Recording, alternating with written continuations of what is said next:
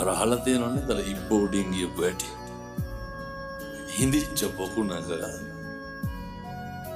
අර ඉබ්බෝ කියනවනේ කොක්කුන්ට උඩින් හින්දාපන්.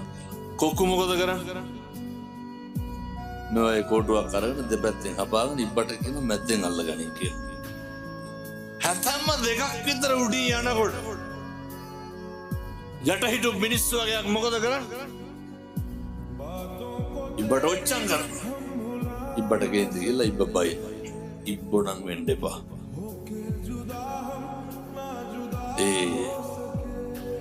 අපිට ඇත්තටම අපි කලබල වෙන්නේ කවුරු හින්දාද? අපේ වැරදි වලට අපිට කේන්ති යනවද? අපි අතින් දෙතරක පිගානක් බෙදුනොත් මොකද කරන්නේ? බයිනවා. එමීට සද්ද ඇහුන නැත්නම් කටු ගල්ලා විසිකනවා මිසක්. අපි සාලේ ඉන්නකොට කුස්සිය පැත්තේ සලන් ගාලා ඇහුනොත් එහෙම පිටිත් එක්ක පෙරලන ගන්න නෙමෙයිද කතාව? අපි අපේ වැරදි වලට කලබල වෙන්නේ නැහැ. අනුන්ගේ වැරදි වලට කලබල වෙන එක නවත්තන්න. ඉබ්බ වැටෙනවා. කොකු සුමානකින් විතර ආයනකොට තව ඉබ්බෙක් ඉන්නවා. ඒ ඉබ්බත් කියනවා කොකු වතුර තියෙන තැනකට ගිහින් දාපන් කියලා. කොකු කියනවා ඉබ්බොන්ගේ කටවල් හොඳ නැහැ. ආය කවදාවත් ඉබ්බොර යන්නේ නැහැ කියලා. 1000ක් වරුද්දු ගෙවිස්වාගෙන බැරිම තැන. කොකු මොකද කරන්නේ?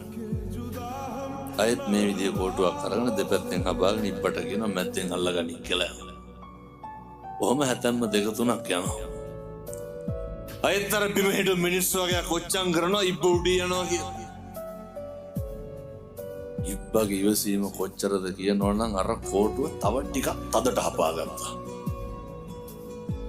මීටර් 500 නම් පැන්නේ නැහැ.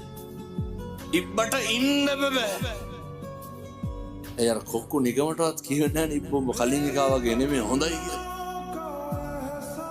බැරිම තැන ඉබ්බ අහනවා කොක්කුන්ගේ යාළුවනේ මං හොඳයි නේද කියලා. ඒ ඉබ්බට මොකද? වැටිලා මැරෙනවා. මේක මේ අටලෝ දහම ගැන උගන්වන හරි අපූර්ව. යනකොට කාට හරි රවාගෙන යන්නකො බලන්න. නෑ නිකන් මං කියනවා අතාරින්න දනින් පැත්තට. රවණ්ඩවත් බෑ. කවුද ගුලක් වෙන්නේ?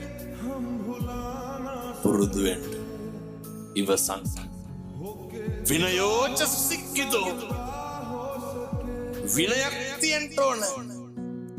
ශිල්ප ශාස්ත්‍ර දැනීමක් තියෙන්න ඕන. එහෙම වුණාම තමයි අටලෝ දහම කම්පා වෙන්නේ නැතුව